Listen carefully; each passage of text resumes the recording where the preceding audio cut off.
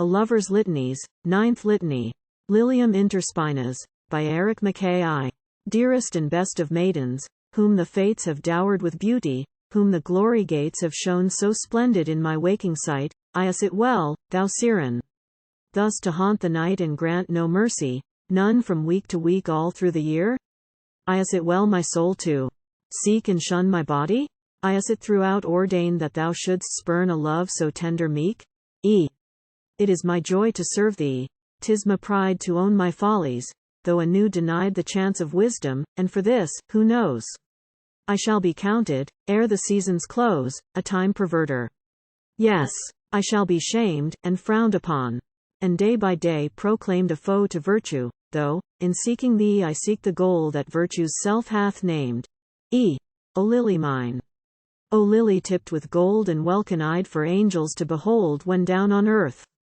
I us it well to stand apart and gaze at me and gently break my heart without one word? I us it well to see Mallory so grieved? To see me, when, at fall of day, thou dost accept the reverence of mine eyes, but not the homage that my lips would pay? Oh, give me back again, at midnight hour, as in the circuit of that starlit bower, the right to talk with thee, and be thy friend, the right, in some wild way, to make an end of my submission, or to re-bestow my troth on thee, despite the overthrow of all my dreams, that were my constant care, though less to thee than flakes of alien snow. I will unveil my meanings one by one, and tell thee why the bird that loves the sun loves not the moon, though conscious of her fame. For he's the soul of truth, in his acclaim, and knows not treason, and of like intent are all my yearnings, too, when I lament. And, though I say it, there's no troubadour has loved as I, since Cupid's bow was bent. I have been wed in sleep, and thou hast been mine own true bride, the swooning summer queen of my heart-throbs. I have been wed in jest. I have been taken wildly to thy breast, and then repelled, and made to feel the ire of eager eyes that have the strange desire to rack my soul, a tremble in the dark, but not the will to aid me to aspire. I should have died the instant that I heard thy whispered vow in slumber, when a word made me thy master, for I did receive thy full surrender, and I'll not believe that all was false, or that my dreaming power was given for naught. The future may devour the facts of earth, but not its fantasies, and not the dreams we dream from hour to hour. Oh, thou confess that love from man to maid is more than kingdoms, more than light and shade in sky-built gardens where the minstrels dwell, and more than ransom from the bonds of hell. Thou wilt, I say, admit the truth of this, and half relent that, shrinking from a kiss, thou didst consign me to mine own disdain, athwart the raptures of a visioned bliss. I'll seek no joy that is not linked with thine, no touch of hope, no taste of holy wine, and, after death, no home in any star that is not shared by thee, supreme, afar, as here thou'rt first and foremost of all things. Glory is thine and gladness in the wings that wait on thought when, in thy spirit's sway, thou dost invest a realm unknown to kings. I will accept of thee a poison bowl and drink the dregs thereof, to the soul, and sound thy praises with my latest breath. I was a pilgrim bound for Nazareth, but when I knew thee, when I touched thy hand, I changed my purpose, and today I stand thine amorous vassal, though denounced afresh and warned away, unkissed, from Edenland. O flower unequaled here from morn to morn, I us it well, bethink thee, with a rose's thorn to deck thyself, thou lily, and to seem so irresponsive to my passion dream? I us it a caprice of thine to look so proud, and so severe, athwart the shining cloud of thy long hair? And shall I never learn how least to grieve thee when my vows are vowed? The full perfection of thy face is such that, like a child's, it seems to know the touch of some glad hour that God has smiled upon. There is a whiteness whiter than the swan, a singing sweeter than the linnet's note.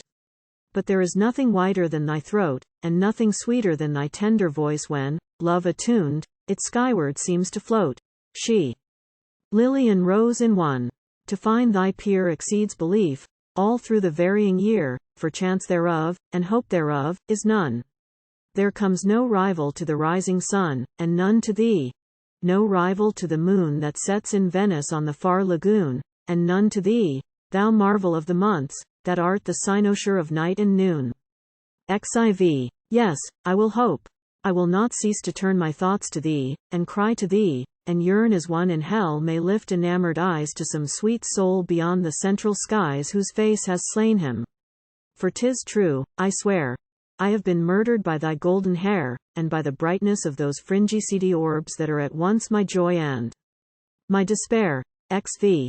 Winter is wild, but spring will come again, for there's compunction in the fever pain that earth endures when, clamorous down the steep, the wind outblows the curse it cannot keep.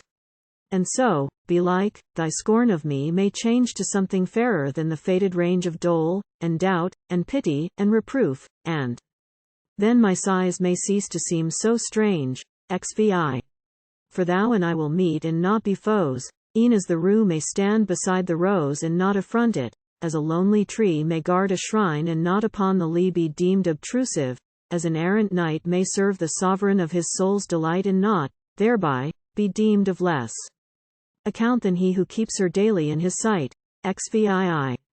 Reject me not that in the world of men, among the wielders of the sword and pen I have, as 'twere, detractors by the score, reject me not for faults that I deplore and fain would alter, though, if I were wise, I'd blunt the edge thereof in some disguise approved of thee. For I've a kind of hope that we'll be friends again ere summer dies. Xvii.